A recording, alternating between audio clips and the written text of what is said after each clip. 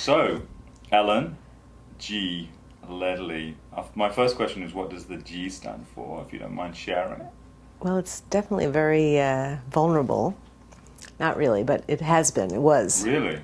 Oh. It stands for Gertrude. Okay. And I was named after my mother's aunt, who took care of her when her mother died, very young, like at childbirth. So, and then I was the child who was born after that. And in the Jewish tradition, you name your child after someone who's passed away, or you use the letter of their name. So that's what she did, because Gertrude is kind of an old-fashioned name, and it used to be kind of like embarrassing when I was growing up to have that as a middle name. So I've kind of owned it at this point. You own it I now. like it. I own it now. What made the difference? How were you able to own it? I think it's just maturity, just getting older, and kind of recognizing that it's a part of me. And it's also a nice part of me, because it's somebody who I never met, but who was very important to my mom, took care of her. So I like that part of it. So it's kind of just owning all of your parts. I think that's what happens as you age, So, Ellen, there's a piece about you, there's a piece about your environment that you're working in here in LA. How has that come about in your life? Have you always been this peaceful, or has it been, what's been happening for you? That's interesting. I mean, I do get that feedback. I think I've always, been perceived as a calm person, or maybe as a peaceful person, I'm not sure. But that's more my again, like my more mature self, my more recent self, I would say in the last 20 years, let's say. So struggling to figure out who you are, that was a long journey for me. I didn't start off knowing I was going to be a therapist or going in that direction at all. I didn't know what I wanted to do. I went to art school. I became a carpenter. Wow. I did a lot of different things before I decided to become a therapist. Yeah? Yeah. And I learned to express myself, and it was part of my journey of figuring out who I was. And so I think the peacefulness that you're talking about has come, in the last period of my life so far, my life up to this point. And not only therapy, but continuing to learn more about the connection between the body and the mind and the spirit and, and the emotions, like the whole being. Yeah.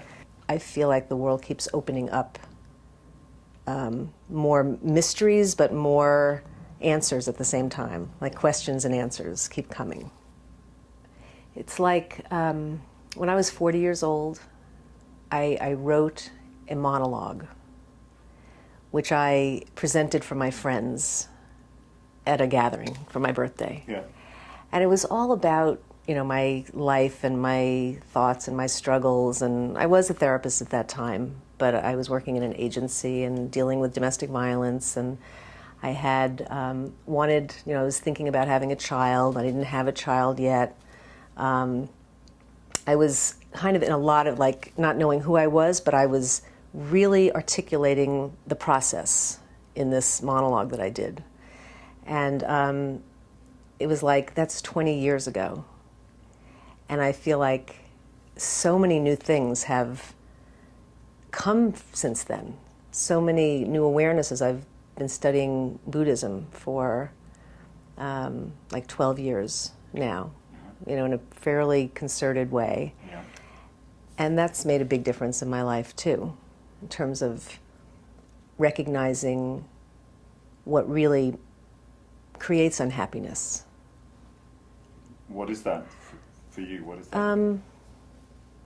Well, wanting to be other than who you are, Right. wanting things to be other than how they are, wanting others to be different than they are, Uh-huh.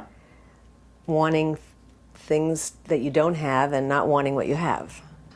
I was learning, like, you know, rather than always wanting things to be different or being critical of myself for being who I was in all many ways, I wanted to be the big change person. I wanted to be the world changer. Okay. In the big way. Yeah, yeah.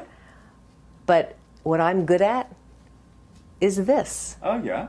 And so that's what I have to give. Yeah. And that's my skill and my talent and my essence, Okay. really. So, okay. It's interesting because this Yeah, is this. I know. It's so satisfying to sit with somebody Yeah. and feel the changes happening gradually, just over time. And I feel it and I'm part of it. I'm not making it happen. I'm part of the facilitating or the being with somebody as they change, as they become empowered, as they learn about themselves, as they let go of old hurts and pain. I love that. So your dream and vision of wanting to change the world, it's coming to pass. Mm-hmm.